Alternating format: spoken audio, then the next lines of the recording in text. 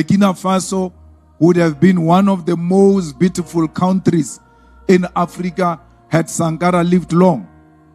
The man who said to his people, here is the land, you must produce for the government and produce for yourself. Sankara who loved education. Sankara who gave our people health care. Sankara who knew that there will never be total liberation of people if women are not liberated themselves. Sankara who knew that a political activist must be equipped with theory of politics, because a soldier with a gun without political theory is a potential criminal. That's why political education is always important. Anyone that has come across Julius Malema's speech as an African, one way or the other, you will be inspired by what comes out of his mouth. Because Julius Malema is not just a politician, as many people see him. Though you may not like his way, he may not be 100% good or your own taste, but we can't dispute the fact that Julius Malema loves Africa, and he's one of those people that has come to restructure Africa. I love his ideology about Africa, and he has inspired me a lot. To be honest, he has inspired me a lot. Anytime I come across his speech, I always pay attention. And this one right here is legendary. Like, he said that we should support Burkina Faso. We should support Captain Ibrahim Traore.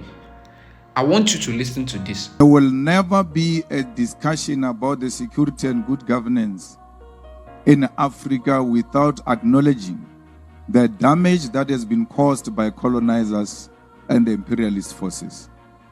Africa's inability to be peace with herself, it is necessitated by the fact that colonialists want to exploit our minerals without being held accountable. It is the colonialists who are corrupting the leadership of Africa and making sure that those who are not corrupt are replaced by the corrupt puppets who will allow colonialism to continue in the African continent. Any battle you can imagine anywhere in the continent, it has got everything else to do with those who colonized us before. Today, they want to choose who are the leaders for African people. As we stand here today, Gaddafi should be an enemy of our people, according to the declaration of the Western imperialism, because Gaddafi stood for our people. Today, Mugabe, who was a darling, if you think Mandela was loved, you must revisit your history and check when Mugabe was becoming the president of Zimbabwe after the defeat of Rhodesia. He was the most celebrated man. He was loved by everybody until he started questioning the issue of the land, that the land must be transferred from the colonizer to the people of Zimbabwe. But when he was not advocating for that, especially after the Lancaster Resolution, they thought he's one such a gentleman who will allow them to do as they wish, until he realized that he was going to pass on without transferring the means of production into the hands of our people. Today, every African leader who served for a very long time in Africa, we are told is a fascist, is undemocratic. This person is a dictator. But such words were never said about Queen Elizabeth, who ruled for more than 50 years. And it's not just monarchy, like a Zulu monarchy or Abatembu monarchy. It's a monarchy that has got powers on the political systems of Britain. There is no any prime minister in Britain who can proceed with anything else politically without the go-ahead of the Queen, now the King. No one of those prime ministers can declare a war only the queen or the king can declare a war. But that person has never been democratically elected. That person has got no term of office.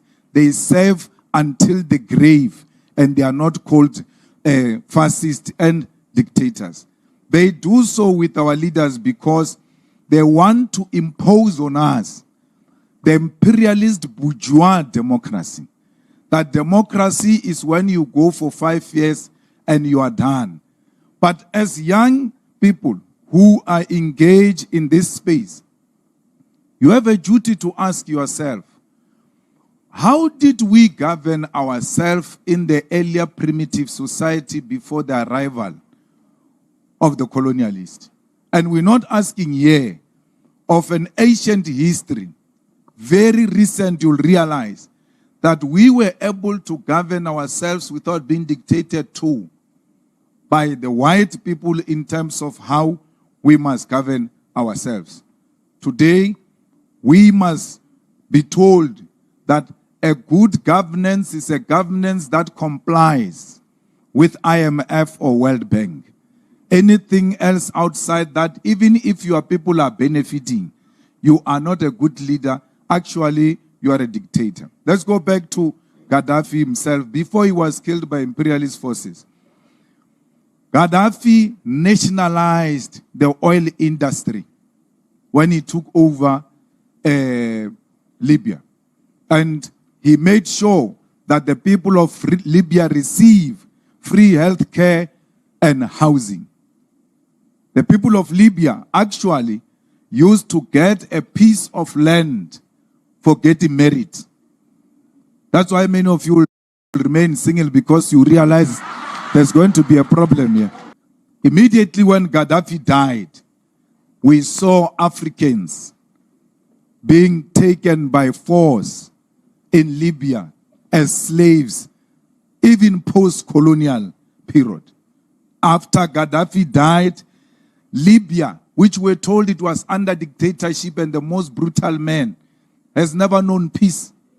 It is under the group of warlords. It is under the group of terrorists, under the militia, and the people who are forcing themselves into power through a barrel of a gun. Today, one of the most unstable countries is DRC. Lumumba did not serve too long, because when Lumumba came in, they realized that this guy is going to create independence in the DRC, where the most strategic minerals are found. Since the passing of Lumumba till to date, DRC has never known peace. They will never know peace because those who are exploiting the resources of that area are the ones who are sponsoring the rebels in that area. They don't want authorities in DRC, because authorities will mean that we must also control the airspace of Libya. And when you control the airspace, you know which plane came in to do what and went out at what time. They are sponsoring rebels, doing land strips in the forests, where they land and take the minerals undetected and leave DRC. Today, DRC was supposed to be one of the most richest countries, but the imperialist forces will not allow it to be. So, Sankara was killed. And when you think Sankara was killed by his friend, that one was just the one who pulled the trigger. But there are brains behind that man who pulled the trigger, who, by the way, was a friend of Sankara. Burkina Faso would have been one of the most beautiful countries in Africa had Sankara lived long. The man who said to his people, here is the land, you must produce for the government and produce for yourself. Sankara, who loved education. Sankara, who gave our people health care. Sankara, who knew that there will never be total liberation of people if women are not liberated themselves. Sankara, who knew that a political activist must be equipped with theory of politics, because a soldier with a gun without political theory is a potential criminal. That's why political education is always important. Sankara, who said, I'm not going to be part of borrowing money from IMF and the World Bank. So these leaders, I'm singling some of them out because I want to demonstrate to you that those who seeked good for us did not stay long. If you come to South Africa, Chris Sani's crime was not because he killed anyone, was not because he was mobilizing anyone. Chris was just speaking his mind. Not because he went to mobilize the people of Alexandra, not because he went to mobilize the people of Eastern Cape against what the negotiations was talking about. He just said, this is not what we went into the bush for. If we are going to take it through a barrel of a pen and we don't fight, then you must know we'll never realize that which we went to the bush for. And they realized that this man cannot be persuaded, not even by money. And they did not waste time. They finished him off. Because when we were negotiating for our democracy and thinking it's a peaceful transition from resistance to democracy, we actually found our leaders negotiating deals instead of negotiating for democracy. You need to go and do a research and ask yourself, when did the Vodafone deal come into South Africa? Vodafone. There were no cell phones. Vodafone was not here. Vodafone was negotiating with the apartheid regime just before the negotiations for democracy started. When the negotiators realized that, amongst other things, these people are talking about a wireless phone which is coming to South Africa, they stopped the negotiations and went to Vodafone, or you are talking to wrong people. We are going to take over after these people. Come this side, and even if you insist on that deal with those people, when we come in, we are going to cancel that deal. Go and check out who were the black people who were part of a deal of Vodafone, what you call Vodacom today. And you must ask, once you know their names, then go and check what was their role in the negotiations. Then you will have an answer why we are where we are. They didn't have to kill them. They just have to corrupt them and give them the necessary resource to undermine the African struggle.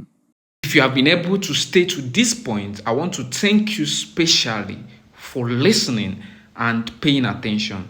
Thank you for this, because I believe you have learned one thing or the other from the speech. Kindly leave out your opinion in the comment section. Don't also forget to subscribe if you haven't subscribed yet to our channel. See you in the next video.